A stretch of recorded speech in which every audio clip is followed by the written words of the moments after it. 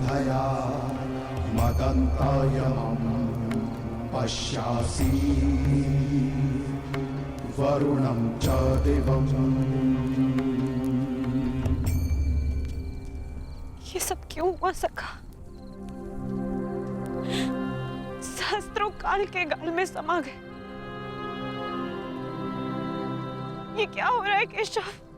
तुम एक क्षत्रिय परिवार में जन्मी हो याज्ञसेनी, और युद्ध के परिणामों से भली भांति अवगत हो।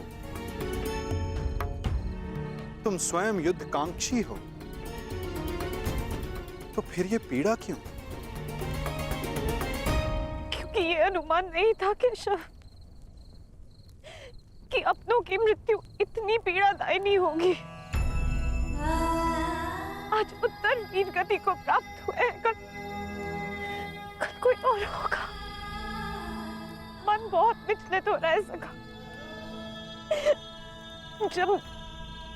जब भी मैं अपने पुत्रों का या आर्य पांडवों का मुख देखती हूँ, मुझे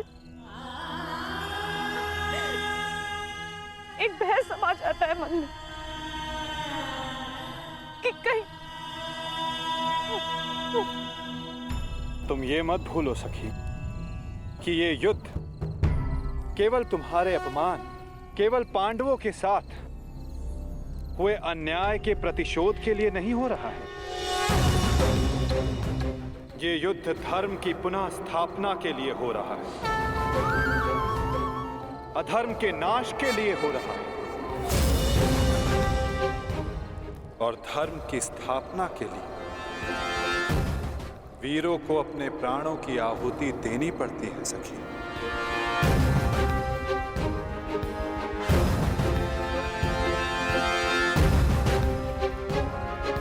स्वयं को संभालो सखी। ये तुम्हारी, हम सब के अंतर भावनाओं की कड़ी परीक्षा है।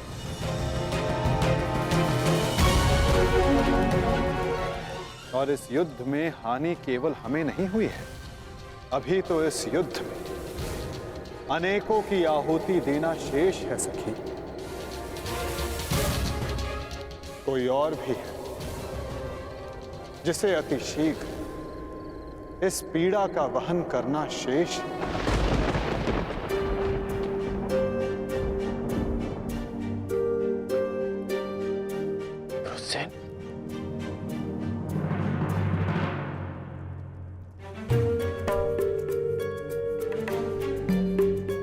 धन्यवाद पिताश्री।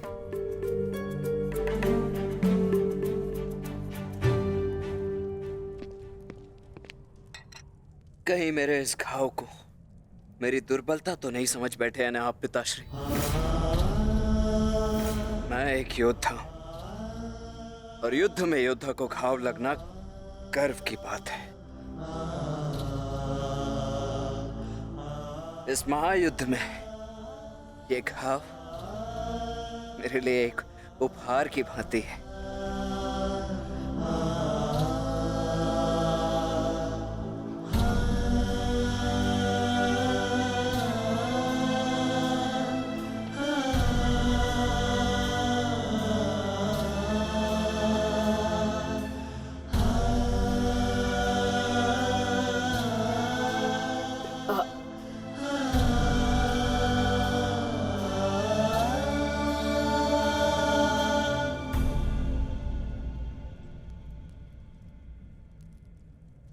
आज तुमने अपने आप को एक सच्चा योद्धा सिद्ध किया है।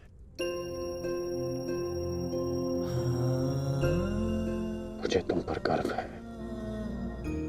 कल्याण हो तुम्हारा पुत्र। अब तुम्हें विश्राम की आवश्यकता है।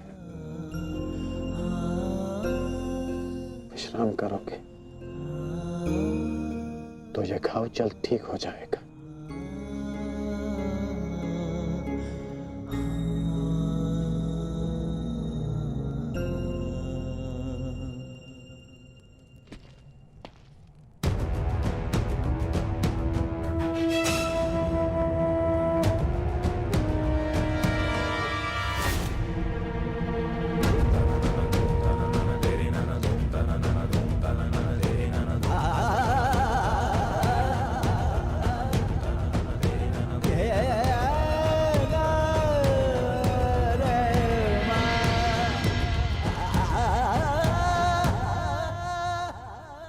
युद्ध भूमि में अपनी मृत्यु से अधिक अपनों की मृत्यु का भय कितना सताता है ना मित्र। माधव, बड़ी बात।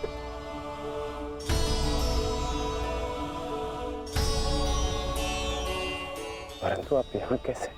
मैं तुम्हें यह बताने आया था कि तुम्हारा पुत्र आज इस युद्ध में बड़ी वीरता से लड़ा मित्र। तुम्हारे पुत्र ने महाभारत के प्रथम दिन को अविस्मरणीय बना दिया। वृषसेन के घायल होने के पश्चात भी उसने अर्जुन को युद्ध भूमि में तुम्हारी अनुपस्थिति का भान नहीं होने दिया।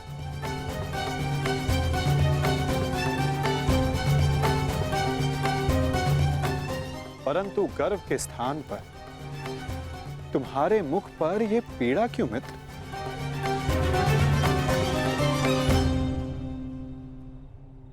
गर्व है, गर्व है माधव, परंतु ऐसा क्यों होता है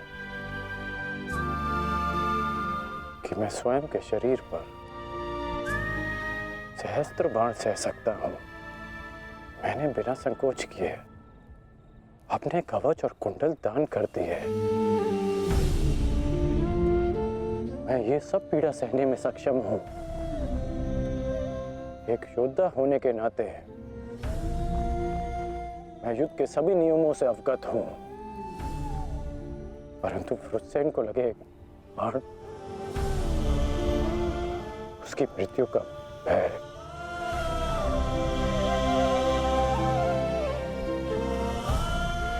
मुझे खाया जा रहा है। परंतु तुम ये कैसे कह सकते हो मित्र कि ये भय है, पूर्वाभास नहीं?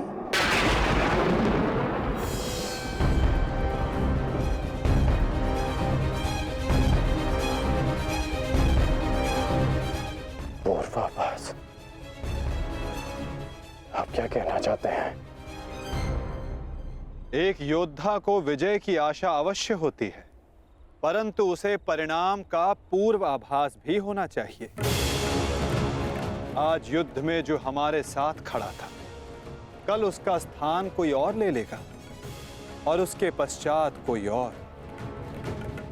ये युद्ध है मित्र, इसे बदला नहीं जा सकता। बलिदान मांगना युद्ध की नियति है मित्र।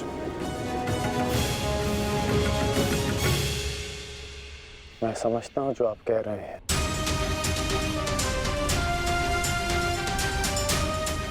परंतु मन में अपनों की रक्षा की चिंता है।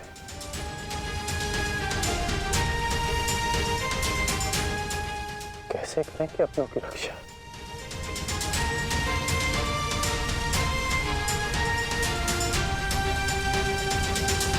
यदि कारण महान हो तो उसका बलिदान भी महान देना होता है मित्र। इस युद्ध में हो रहे बलिदान को स्वीकार करो। एक योद्धा को युद्ध में जाने से पूर्व सभी प्रकार के मोह को त्यागना पड़ता है। मोह बंधन में बंधकर वो युद्ध नहीं कर सकता और ना ही अपनों की रक्षा कर सकता है। इस महायुद्ध में अपनों की रक्षा के लिए जो हो सकेगा वो मैं करूंगा, चाहे वो युद्ध के नियति के विरुद्ध हो तब भी अंगराज।